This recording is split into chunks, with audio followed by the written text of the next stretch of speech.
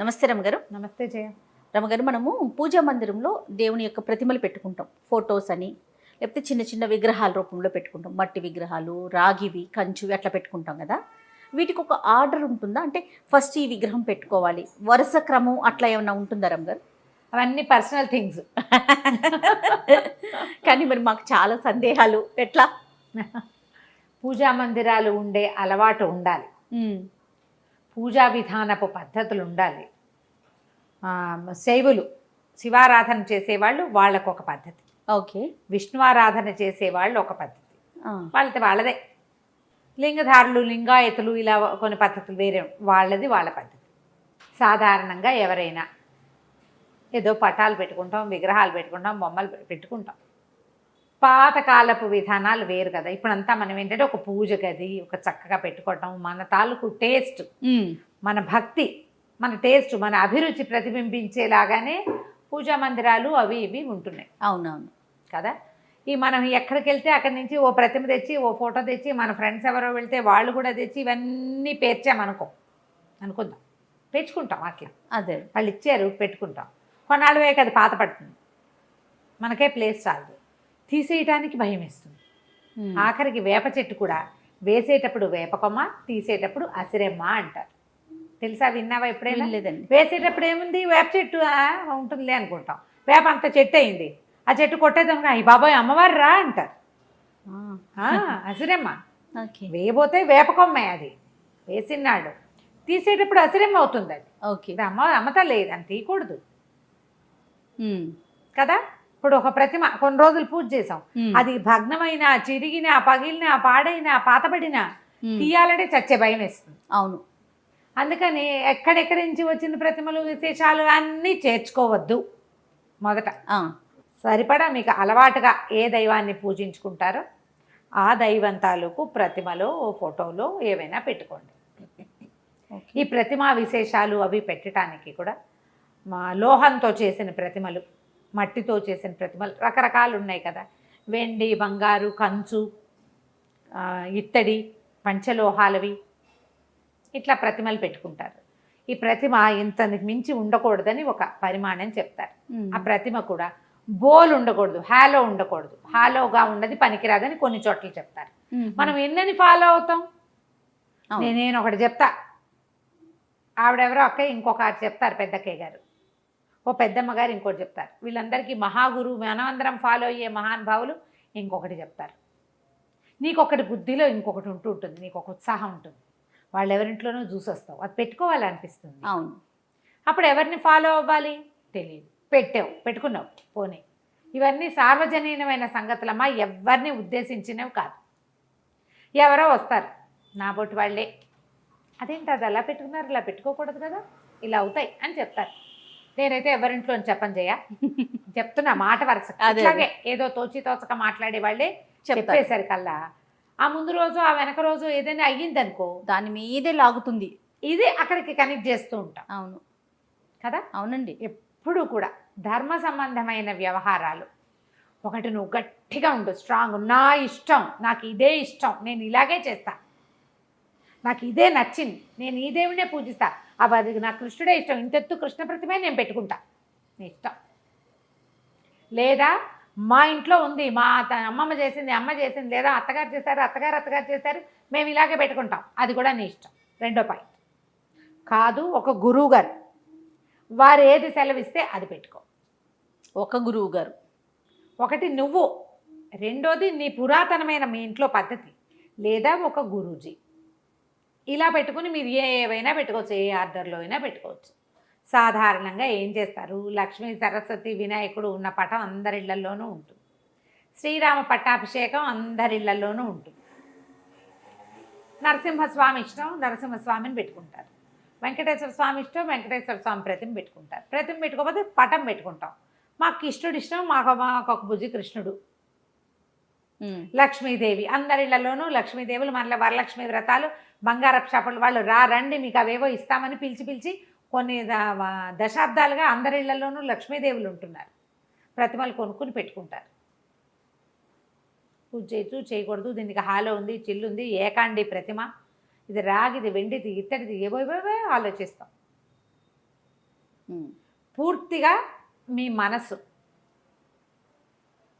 నేను ఒకటి చెప్తా, మా ఇంట్లో ఇలా కాదండి అంటావు నువ్వు, అవునా? ఖచ్చితంగా. అబ్బే బాయిలు మీరు మీవన్నీ మా మీద ఎందుకు రుద్దుతారు అంటారు ఇంకొకళ్ళు. మీకు కావాల్సినట్టు మీరు పెట్టుకోండి, మాకు కావాల్సినట్టు మేము పెట్టుకుంటాం అని ఇంకా చక్కగా అంటే ఏమంటారంటే, నీ ఇల్లు నీ ఇష్టం, మా ఇల్లు మా ఇష్టం, ఏకవచనాల్లో కూడా వచ్చేస్తారు. ఎలాగైనా జరిగేది. అందుకని నియమం ఏదైనా పెట్టుకునేటప్పుడు భయపడకుండా ఉండే వాటిలలోకి దిగండి. సాధారణంగా వినాయక ప్రతిమలు పెట్టుకుంటారు, ఎందుకనో తెలీదు. మా ఇంట్లో ఆ పెళ్ళప్పుడు ఎవరో ఇంత వినాయకుడిని సిల్వర్ వినాయకుడిని ఇచ్చారు, అదేంటి తమాషాగా మెరిసేది. ఎప్పుడూ ఆయన మా పూజలోనే ఉన్నాడు. మా అమ్మగారు మా సింహాసనం ఉంటుంది మా ఇళ్లలో. సింహాసనం ఉండే కుటుంబాలు కొన్ని ఉంటాయి. ఇంత ఇత్తడి సింహాసనం ఉండి అందులో ఒక అన్నపూర్ణ, ఒక వినాయకుడు, ఒక గౌరీదేవి, చిన్న ఎర్రటి రాయి, అదేదో సోనానదో ఎక్కడి నుంచో తెస్తారట, చిట్టి అంత ఎర్రరాయి, ఇవి ఉంటారు. అన్నపూర్ణ గరిట పట్టుకున్న అన్నపూర్ణాదేవి, బియ్య బస్తాల్లో కూడా వేసుకుంటాం అన్నపూర్ణాదేవి. ఈ సింహాసనం ఉంటాయి. కొన్ని చోట్లేమో ఇలాగా ఒక దాంట్లో ఒకటి పెట్టి ఉన్నటువంటి బిద్దెలు, అరివేణాలు అవి ఉంటాయి చూడు, కుండలు, అట్లా దాన్ని ఏదో అంటారు, బుడ్లు ఏమంటారో కరెక్ట్గా దాని పేరు నాకు గుర్తు రావటల్లా. ఓ 4 ఉండాలి పూర్ణ కలశాలు. గంగాజలం పెట్టుకుంటారు కొంతమంది. ఇందులో ఇదే కరెక్టు ఇది తప్పు అని ఏమీ లేదు. నేను చెప్పా కదా 3 పాయింట్లు, ఎవరైనా ఇదే చెప్తారు.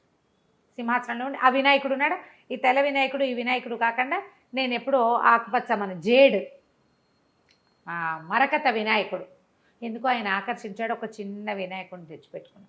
మాకు ఒక పంచాయతనం ఉంది, అందులో గణపతి ఉన్నాడు. ఎంతమంది గణపతులు అయ్యారు? 4 అయ్యారు. మా మందిరం పెద్దది, ఎప్పుడో చూపించాం కదా చెక్క మందిరం. అయితే మొన్న ఎవరో అంతమంది గణపతులు ఉండకూడదుట అన్నారు. ఒక్కళ్ళని తీసి ఇట్లా బయట పెట్టలేకపోయాను జయ నేను. నేను నా సొంత సంగతి ఎందుకు చెప్తున్నానంటే, ఈ విషయంలో ఇలాగే ఉంటుంది. మనసొప్పలేదు నాకు మనసొప్పలే. మామగారు చాలా ప్రీతిగా ఇచ్చారు ఇది. ఇప్పుడు ఎక్కడ 30 ఏళ్ళైంది మా పెళ్ళైన సంవత్సరం. ఆ సింహాసనంలో ఉన్న ఆ వినాయకుడు, రాతి వినాయకుడు, ఆయన్ని తీబుద్ధిగాల పంచాయతనం మావారు పెట్టుకున్నారు. ఆయన దేవుడు, ఆయన మనం ముట్టుకోకూడదు. నేను తెచ్చుకున్న ఆకుపచ్చ వినాయకుడు అంటే నాకు ఎంతో ఇష్టం. మాకు ఇలా మందిరం లేకుండా గోడకి ఒక చెక్క కొట్టి దాని మీద దేవుళ్ళని పెట్టుకున్న రోజుల నుంచి మా ఇంట్లో ఆ తెల్ల వినాయకుడు ఆ మందిరంలోనే ఉన్నాడు, అక్కడే ఉన్నాడు. దేవుడు ఎక్కడ పూజ చేసుకుంటున్నాం అక్కడ గంధం పెట్టి ఓ బొట్టు పెట్టే అలవాటు. ఏ ఒక్కళ్ళని తీసి పక్కన పెట్టలా, నేను పెట్టబుద్ధి కాలా నాకు. నా మనసే కదా ఇక్కడ ప్రవర్తించింది, నేను వినలేదు ఆ మాట. మా అక్కయ్య ఎవరితో వింది, వాళ్ళు చెప్పేస్తే వస్తే అంతమంది వినాయకుడు ఉండకూడదుటే, అంతమంది గణపతిని ఒకడే ఉండాలి. నాకు గణపతి ఒకడే, నాకు 4 గణపతులు లేరు. స్వరూపాలు ఉన్నాయి, విగ్రహాలే కదా అవి, అంతే కదా. నన్ను నేను ఇలా సాటిస్ఫై చేసుకుని నేను దండం పెట్టాను. 4కి 4 పువ్వులు పెడతాను రోజు. నేను ఒక ఆయన గంధం పెట్టి బొట్టు పెడతాను, మిగిలిన 3కి 3 పువ్వులు పెట్టాను, అయిపోయి. ప్రధానమైనది ఏంటంటే మన విధానాన్ని బట్టి నువ్వెవరిని ఫాలో అవుతావు, నీ బుద్ధి ఏ స్వరూపం యందు లయం అవుతుంది. 10 రకాలుగా పోనివ్వకండి, దాన్ని స్ట్రైట్గా వెళ్ళనివ్వండి. ప్రతిమా విశేషాలు ఏవైనా పెట్టుకుంటే శుభ్రం చేసుకోవాలి. పూజకి నిత్యము అదొక పని, చక్కగా శుభ్రం చేసుకోవటము, ఎప్పుడూ పులికాపు పెట్టడము చేస్తారు కదా పులికాపు. చక్కగా గడ్డి అవి కాల్చి ఆ బూడిద భస్మం వస్తుంది కదా, అది కాస్త చింతపండు అవి వేసి ప్రతిమలు తోముకోవాలి. దేవతా మందిరం ఎప్పుడు బూజు దుమ్ము లేకుండా దులుపుకోవాలి, అలంకారం చేయాలి. మీకు ఆ రకమైన భక్తి విశేషాలు తాత్పర్యాలు ఉంటే, భక్తి తత్పరతే కదా మనకు కావాల్సింది, వేసుకోండి హాయిగా. ఇది పెట్టచ్చు ఇది పెట్టకూడదని ఏముంది, చెక్కవి పెట్టుకోవచ్చు. చెక్కతోటి చేసిన భగవంతుడికి నిత్యారాధన జరిగే పూరి జగన్నాథుడే మనకి తొలి దైవం. 4 ధామాల్లో మొదటి ధామం అదే మనకి భారతీయులకి. కాబట్టి చెక్కదేవుడు పనికి వస్తాడు కదా, అవును కదా. మరి అక్కడి నుంచి శిలాస్వరూపాలుగా ఉన్న స్వాములు ఎంతమందో మనకి దైవాలు, విగ్రహ రూపంలో ఉండే స్వాములు ఎంతమందో. కాబట్టి రాయి మట్టి అన్ని ప్రతిమలు పనికొస్తాయి. ఆర్డర్ ఏమైనా ఉంటుందా రమ్మగారు? కుడి నుంచి ఎడమకి, పైన ఒకట్లు కింద ఒకరు, అట్లా ఏదైనా పలానా ప్రతిమ పైన ఉండాలి కింద ఉండాలి ఏవో చెప్తారు మన వెసులుబాటుని బట్టి. కొంతమందికి మనకి ఇంట్లో మందిరం ఉంటుంది, దాంతో పాటుగా గోడ మీద కూడా కొన్ని ప్రతిమలు ఫోటోస్ పెట్టుకుంటారు కదా, అలా కూడా చూస్తూ ఉంటాం. పెట్టుకోవచ్చు. అదే ఇప్పుడు ఏదో ఒక ఫేస్బుక్ వీడియోలో అనుకుంటా, మా ఇంట్లో ఫోటోలకి పైన పువ్వులు పెట్టుకుంటాను నేను, అక్కడ కింద పెట్టడానికి వీలవక, అదేంటండి తల మీద పెట్టకూడదు కదా అని అడిగారు. ఏమో నేను పెడతాను, పాదాల దగ్గర పెట్టేవి ఉంటాయి. గోడకు తగిలిచ్చున్న ఆయనకి పువ్వు పెట్టాలంటే ఎక్కడ పెట్టాలి? పాదాల దగ్గర పెట్టలేం కదా, పైనే పెట్టగలుగుతాం. పైన పెడతాం, నెత్తి మీద పెట్టకూడదుట ఎవరో చెప్పారు. నమో నమః. నేను అనుకుంటా నా సర్వాపరాధాన్ని స్వామిని సర్వాపరాధాన్ని క్షమస్వ, ఇది ఒక వాక్యం పెట్టుకుంటాను జయ. నేను అన్ని అపరాధాలు క్షమించు, తెలుసో తెలియకో, నా వెసులుబాటో నా ఆలోచనో, కాబట్టి వీటిని అన్నిటినీ క్షమించు అపరాధాలను. శ్లోకాలు ఉన్నాయి, అపరాధ సహస్రాన్ని క్రియంతే అహర్నిశమ్మయ దాసోయమితి మాం మత్వా క్షమస్వ పరమేశ్వర అని.